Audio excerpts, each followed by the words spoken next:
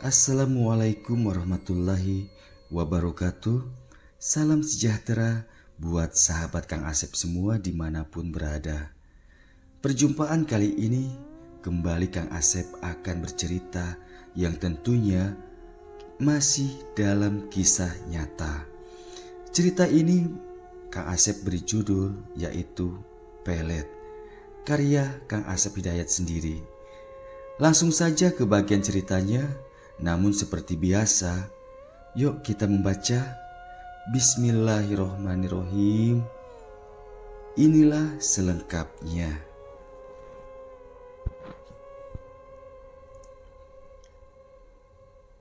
Ben, jalan yuk. Lagian nanti malam kan malam minggu. Sekalian kita hiburan ke kafe atau karaoke. Ajak Dodi kepadaku. Sore itu memang aku tengah tidak ada kegiatan. Suntuk juga jika harus berdiam diri terus di kosan.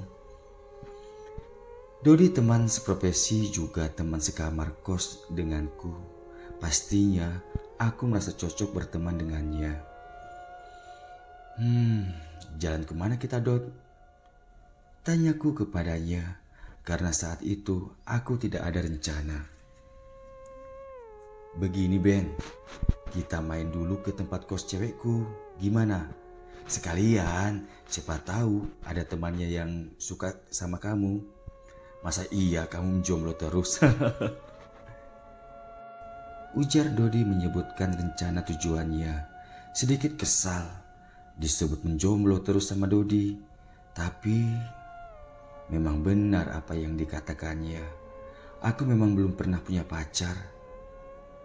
Aku sendiri bingung entah mengapa tidak ada perempuan yang suka padaku.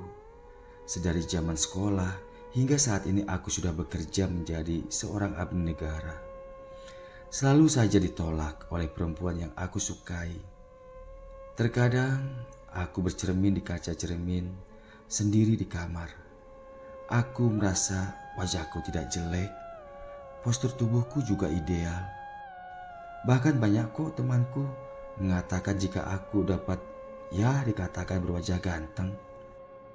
Tapi kenapa tidak ada satu perempuan yang menerimaku ketika aku utarakan rasa sukaku kepada mereka?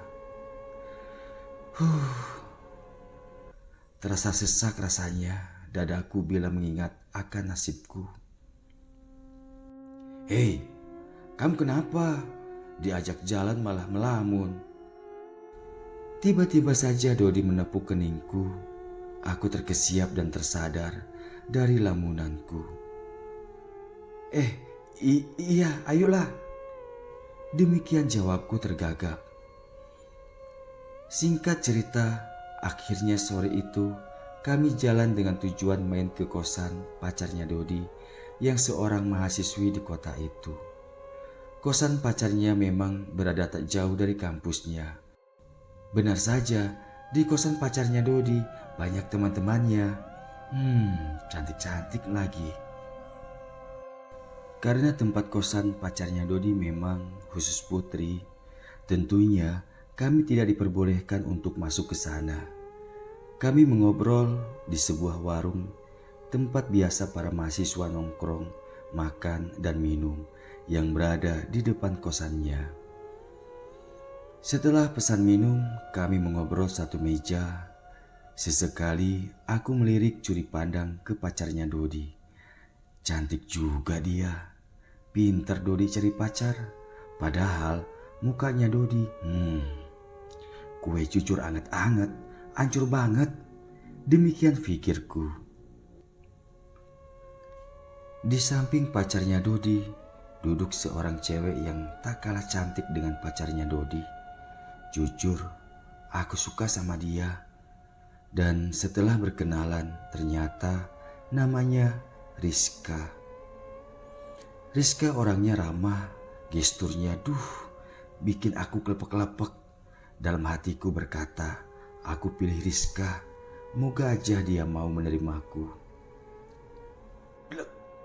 Aduh, sakit bro. Aku mengeluh sakit pada kakiku.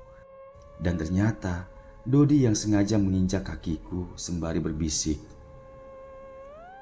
"Jangan norak, biasa aja kali mandangnya." Demikian bisiknya kepadaku. Mendengar bisikan Dodi, seketika aku merasa malu dan menyadari jika aku saat itu terus memandangi wajah Rizka hingga aku sendiri tidak sadar jika semua yang berada di dekatku tengah memperhatikan serta menertawakanku. Enggak, aku tidak liatin dia kok," jawabku merasa kikuk dan malu. Singkat cerita, pertemuan sore itu berakhir dan kami memutuskan untuk mencari masjid terdekat untuk melaksanakan sholat fardu maghrib karena hari sudah menjelang maghrib. Setelah melaksanakan sholat maghrib yang berada tak jauh dari kosan pacarnya Dodi, lanjut mencari tempat makan. Kami makan di warung-warung pecel lele yang banyak berjualan di pinggiran jalan. Setelahnya kami jalan berencana pergi ke tempat karaoke. Ya, sesekali hiburan, pikirku dan Dodi. Namun tiba-tiba saja pikiran kami berubah. Kami membatalkan pergi karaoke dan memutuskan hanya jalan-jalan keliling kota saja. Lalu kami pulang ke kosan. Semenjak bertemu dengan Rizka, jujur, pikiranku terus kepadanya. Sesekali aku chat dia melalui aplikasi WA. Aku sangat senang jika pesanku dibalasnya. Dia sangat ramah, tentu saja aku semakin suka kepadanya. Hingga suatu malam, aku coba memberanikan diri untuk menelponnya. Aku akan mengutarakan isi hatiku jika aku sebenarnya suka kepadanya. "Assalamualaikum." Demikian sapaku ketika telepon diangkat Rizka. "Waalaikumsalam bang. Apa kabarnya? Tumben telepon," jawab Rizka ramah. Mendengar suaranya, jantungku berdebar antara senang dan rasa takut jika akhirnya aku kecewa. Iya dek, ada yang mau abang omongin sama adek. Adek lagi sibuk gak?" jawab dan tanyaku kepadanya. Enggak lagi sibuk sih bang. Emangnya mau ngomong apa bang? Serius sekali nih," jawab Rizka yang semakin membuat jantungku berdebar. "Dek, sebelumnya abang minta maaf ya. Tapi abang harus bicara sama adek. Sebenarnya semenjak kita ketemu beberapa hari yang lalu, abang selalu memikirkan adek. Abang suka sama adek. Mau gak adek jadi pacar abang? Abang serius dek. Bahkan kalau ada jodoh, suatu saat nanti adek jadi istri abang." Demikian ucapku mengutarakan isi hatiku kepadanya. Sesaat Rizka terdiam, tidak menjawab. Tentu saja hal itu membuat aku semakin tak karuan. "Halo, halo." Terdengar hening, tidak ada suara. Aku memastikan jika telepon masih tersambung. "Ya halo bang," jawab Rizka. Ternyata telepon masih tersambung. "Begini bang, sepertinya aku gak bisa bang. Jujur aku gak ada rasa sama abang. Aku gak bisa memaksakan perasaanku sama abang. Takutnya nanti abang kecewa jika aku menerima abang, sementara hatiku tidak suka. Entahlah suatu saat nanti. Jadi kita temenan aja ya bang, gak usah menjalin hubungan." Demikian jawab dari Rizka. Mendengar jawaban penolakan dari Rizka, seketika jantungku serasa berhenti berdetak. Tubuhku terasa lemas. Kembali aku rasakan kekecewaan yang begitu mendalam dalam hidupku. Ya Allah, seburuk inikah diriku di mata seorang perempuan? Ya udah, nggak apa-apa dek. Bener yang adik bilang, tidak bisa dipaksakan. Terima kasih ya dek, maaf sudah mengganggu. Dan lupakanlah pembicaraan kita malam ini. Demikian ucapku kepadanya dan telepon aku tutup. Sesaat aku termenung sendiri di kamar. Pikiranku jauh berkelana, entah kemana. Ada rasa sedih dan kecewa. Tapi entah kepada siapa aku kecewa. Keesokan harinya di kantor aku merasa kurang bergairah. Aku memilih untuk banyak diam. Aku berbicara seperlunya saja. Hingga selepas makan siang, aku duduk di kantin yang berada di area kantor, sembari minum kopi dan menyulut sebatang rokok. Tiba-tiba saja ponselku berdering. Dengan malas aku lihat ponselku yang berada di atas meja. Terlihat sebuah nomor dan nama. Ajis yang menelponku. Ajis adalah teman sekolahku ketika di SMP. Lalu aku raih ponsel dan aku angkat. Assalamualaikum Jis, apa cerita? Jawabku sedikit malas. Waalaikumsalam. Ai, ngapa engkau ni? Tak semangat betul suaranya. Ucap Ajis yang langsung nyerocos kepadaku. Ya, Ajis memang teman baikku, jadi dia faham betul bagaimana aku. Tak adalah Jis, apa hal engkau telepon aku Jis? Tanyaku kepadanya. Ai, tak boleh ke aku nelfon? Parah betul engkau ni. Bolehlah, tapi lama dah engkau tak telepon aku. Jadi rasa aneh je. Demikian ucapku sembari tertawa. Oh ya, engkau dah berapa anak? Tanyanya kepadaku yang tentunya membuat perasaanku sedikit terkejut. Jis, apa pula kau tanya anakku? Berbini pun belum? Tak ada betina yang nak sama aku. Jawabku merasa sedih. Engkau ni dari dulu asik ditolak je sama betina. Apa pasal ni? Ucap Ajis kepadaku. Panjang lebar kami bercerita melalui telepon yang pada akhirnya Ajis menawarkanku untuk berikhtiar melalui berobat yang biasa orang menyebutnya dengan membuka aura agar lawan jenis dapat tertarik kepadaku. Pada awalnya aku sempat ragu karena aku takut hal itu menyalahi dari aturan agama yang aku anut. Namun aku juga merasa sedih dan tersiksa batin karena aku merasa ada yang aneh pada diriku yang selalu saja ditolak oleh lawan jenis yang aku suka. Keesokannya aku mengajukan izin cuti beberapa hari ke pimpinan. Alhamdulillah izin cutiku diberikan. Aku berangkat seorang diri ke sebuah daerah yang tentunya aku sudah janjian dengan Ajis, temanku itu. 5 jam perjalanan, akhirnya tiba juga di daerah tersebut dan aku bertemu dengan Ajis. Setelah sedikit basa-basi serta melepas rindu yang dilanjutkan makan siang. Sembari makan siang, kami mengobrol. Ben, engkau tak usah terkejut ya dengan apa yang engkau lihat nanti jika kau ingin semua tercapai.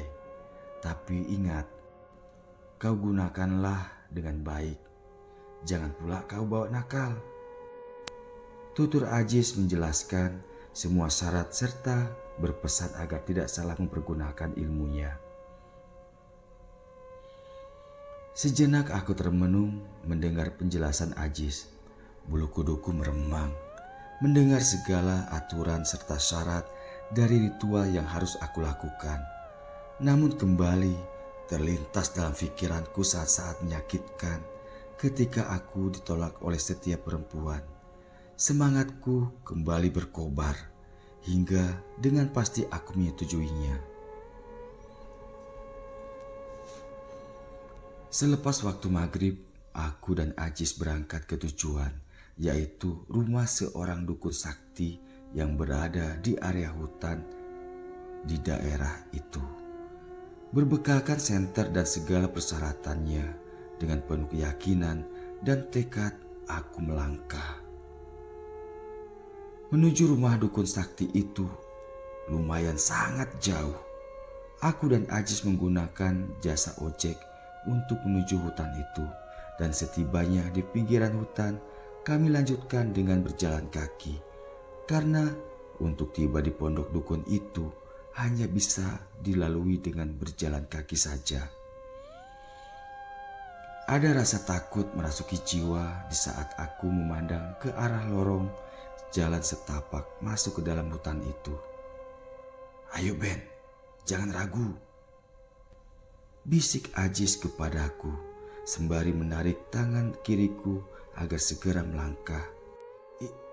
Iya Jis, kaulah duluan jalannya," jawabku sedikit gemetaran. Lalu kami mulai memasuki jalan setapak itu. Sungguh aku tidak berani melihat ke kanan dan ke kiri. Aku sangat ketakutan. Ditambah lagi aku merasa di sekeliling perjalananku seakan beribu mata tengah memperhatikanku. Bukan tanpa alasan aku merasa diperhatikan, karena ujung mataku beberapa kali melihat bayangan hitam atau putih berseliweran seakan menghalangi langkah kami. Belum lagi suara gemerisik seperti langkah dari samping kiri dan kanan di balik semak belukar. Demikian pula suara-suara geraman, bisikan tak jelas. Ajis yang berjalan di hadapanku, dengan santai ia berjalan, seakan ia tidak melihat atau mendengar semua yang berada di sekelilingnya. Hingga langkah kami berhadapan dengan sebuah bukit yang tidaklah terlalu tinggi, dengan pepohonan sangat besar dan tinggi menjulang. Ada 2 pohon yang membuat perhatianku tertuju dan fokus pada kedua pohon itu. Pohon itu tidak berbeda dengan pohon lainnya, hanya saja kedua pohon itu berdiri kokoh berdampingan, berjarak kira-kira 3 meter. Pohon itu besar namun tidak terlalu tinggi. Daunnya sangat rimbun sehingga membentuk gapura laksana gerbang gaib. Sejenak Ajis berhenti dan mematung di depan kedua pohon tersebut. Mulutnya kumat kamit seperti tengah membaca sesuatu yang tentunya hanya Ajis yang tahu apa yang ia baca. Lalu ia kembali melangkah sembari berbisik pelan kepadaku. "Ayo Ben, kau sudah ditunggu." Demikian bisiknya. Aku tidak menjawab, hanya diam dan terus mengikuti dari belakangnya. Kami melangkah dan tentunya harus melewati kedua pohon itu. Ketika berada di bawah kedua pohon itu, hawanya sangat dingin. Ada bau yang entah bau apa. Aduh, tiba-tiba saja ketika melintas di bawah pohon itu, wajahku menabrak sesuatu yang lembut dan terasa lengket, seperti aku tengah menabrak sarang laba-laba. Aku usap wajahku dengan tangan kiri karena tangan kanan memegang senter yang tidak aku hidupkan. Jantungku semakin berdegup kencang karena sarang laba-laba itu terasa panjang dan kuat. Tidak semestinya jaring laba-laba itu kan mudah putus. Aku hidupkan senter dan kuarahkan cahayanya ke jaring laba-laba yang tengah aku pegang. Astagfirullah, apa ini?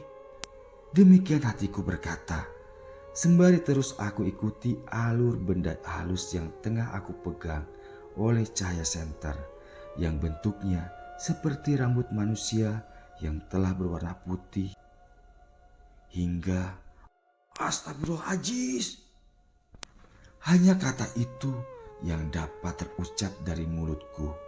Tubuhku lemas dan ambruk di bawah pohon itu. Karena saat itu aku melihat tepat di atas dahan yang paling bawah sesosok perempuan sangat tua tengah duduk memperhatikanku, dan yang aku kira jaring laba-laba itu ternyata rambutnya sangat panjang hingga mengenai wajahku.